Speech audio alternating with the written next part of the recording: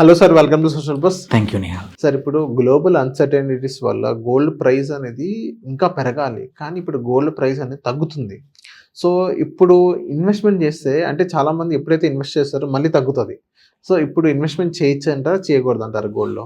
జనరల్గా మీరు అన్నట్టు ఏమంటారు, ఇట్లాంటి అన్సర్టెనిటీలో గోల్డ్ పెరగాలి.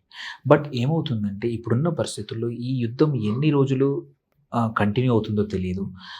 దానివల్ల ఏమవుతుందంటే ఇన్ఫ్లేషన్ పెరిగింది. ఇన్ఫ్లేషన్ పెరగడం వల్ల అందరూ కూడా బంగారాన్ని ఇప్పుడు ఇన్వెస్ట్మెంట్ చేద్దామా, రిస్క్ అనేది ఆర్ లగ్జరీ కానీ ఫిజికల్గా కొందామనే కన్నా కూడా డబ్బులు దగ్గర పెట్టుకుంటే ఎప్పుడు ఏం అవసరం వస్తాయో అనేది సర్వైవల్ ఇన్స్టింక్ట్స్ హిట్ అయ్యాయి ప్రపంచవ్యాప్తంగా కూడా.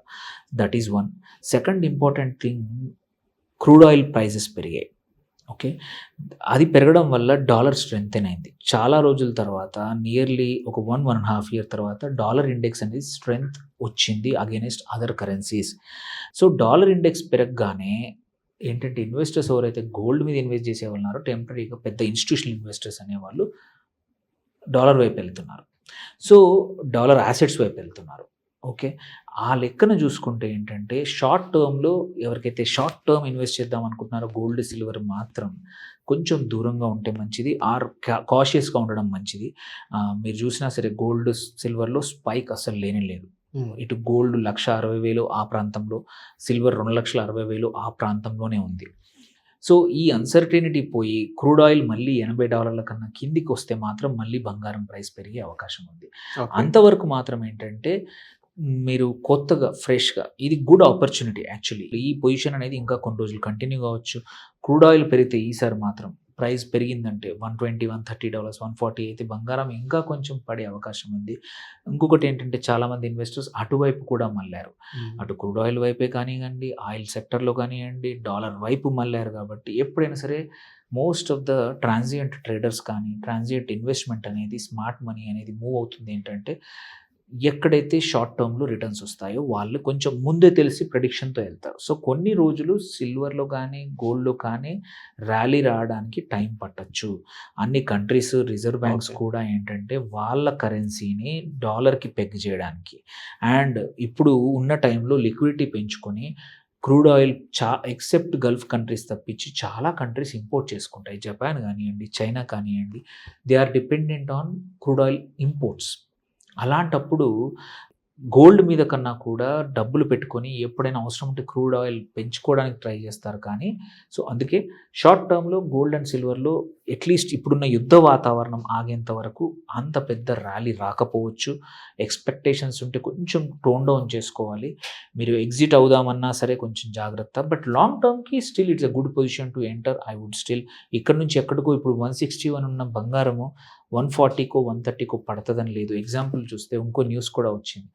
బంగారము దుబాయ్లో 1% వరకు డిస్కౌంట్లో అమ్ముతున్నారు ఫిజికల్ బంగారం అని. ఓకే, ఎందుకంటే ఏమైంది, ఫ్లైట్స్ డిస్రప్ట్ అయ్యాయి, ట్రాన్స్పోర్ట్ డిస్రప్ట్ అయింది, నిల్వలు ఫిజికల్ నిల్వలు దుబాయ్లో ట్రేడర్స్ దగ్గర చాలా ఉన్నాయి. And Dubai is always a hub for gold పంపించడానికి, అమ్మడానికి, అన్ని అటు ఆఫ్రికన్ మార్కెట్స్ కానీ ఏషియన్ మార్కెట్స్ కానీ కొనుక్కోవడానికి. సో వాళ్ళ దగ్గర స్టాక్స్ పేర్కొనిపోయాయి, ఏదైతే అమ్ముడు పోవట్లేదు కాబట్టి. అట్లని చెప్పి ప్రపంచవ్యాప్తంగా మార్కెట్ కూడా అప్స్ డౌన్స్ లేవు కాబట్టి వాళ్ళు కూడా హోల్డింగ్ కాస్ట్ ఉంటుంది. ఇప్పుడు ఒక ట్రేడరు బంగారాన్ని పెట్టుకోవాలంటే సెక్యూరిటీ కావాలి, వాల్ట్లో పెట్టాలి, అవన్నీ ఖర్చులు. అవి తగ్గించుకోవాలంటే ఎంతో కొంత ఒక 0.5%, 1% ఒక ఔన్స్కి $30-40 తక్కువ రేట్లో దొరుకుతోంది. బట్ అక్కడ నుంచి ట్రాన్స్పోర్టేషన్ లేదు కాబట్టి కొనేవాళ్ళు కూడా అక్కడ బాంబులు, ఈ డ్రోన్ల ద్వారా యుద్ధాలు జరుగుతున్నాయి, అక్కడ పడతా ఉన్నాయి కాబట్టి ఇప్పుడు గోల్డ్ కాదు ఇంపార్టెంట్, లైఫ్ ఇంపార్టెంట్ అనేది దుబాయ్లో జరుగుతుంది కాబట్టి కొంచెం డిస్కౌంట్లో ఉంది. బట్ ఆన్ ద హోల్ ఇమ్మీడియట్గా గోల్డ్ కొన్ని రోజులు మాత్రం పెరగకపోవచ్చు, మార్కెట్స్ మళ్ళీ రికవర్ అయ్యేంత వరకు. సేమ్ విత్ ద సిల్వర్ కూడా అంతే. కాకపోతే ఏంటంటే సిల్వర్ది పరిస్థితి ఏంటి, ఏమైనా డిమాండ్ ఏమైనా పెరిగితే మాత్రం కొంచెం స్మాల్ అప్టిక్ అవ్వచ్చు, కానీ అంతే తప్ప దాని బదులు కొన్ని వేరే మెటల్స్లో వి మైట్ సీ కాపర్ కానీ వి మైట్ సీ అదర్ మెటల్లో మాత్రం కొంచెం చిన్న ర్యాలీ రావచ్చు ఇండస్ట్రియల్ మెటల్స్లో. ఎందుకంటే ఈ యుద్ధం వల్ల అటు డిఫెన్స్ ప్రోడక్ట్స్ కోసం చాలా వాటికి మెటల్సే వాడతాం కాబట్టి అవి పెరిగే అవకాశాలు ఉన్నాయి. కానీ మళ్ళీ ఐరన్ కూడా తగ్గే అవకాశం ఉంది, ఎందుకంటే ఈ ప్రైజింగ్ పెరగడం వల్ల, ఇన్ఫ్లేషన్ వల్ల డిమాండ్ పడిపోయే అవకాశం ఉంది కాబట్టి. So on the whole metals కొంచెం కూల్ డౌన్ అవుతాయని అనిపిస్తుంది ఈ యుద్ధం అయిపోయేంత వరకు. Okay. So thank you sir, social post వచ్చినందుకు.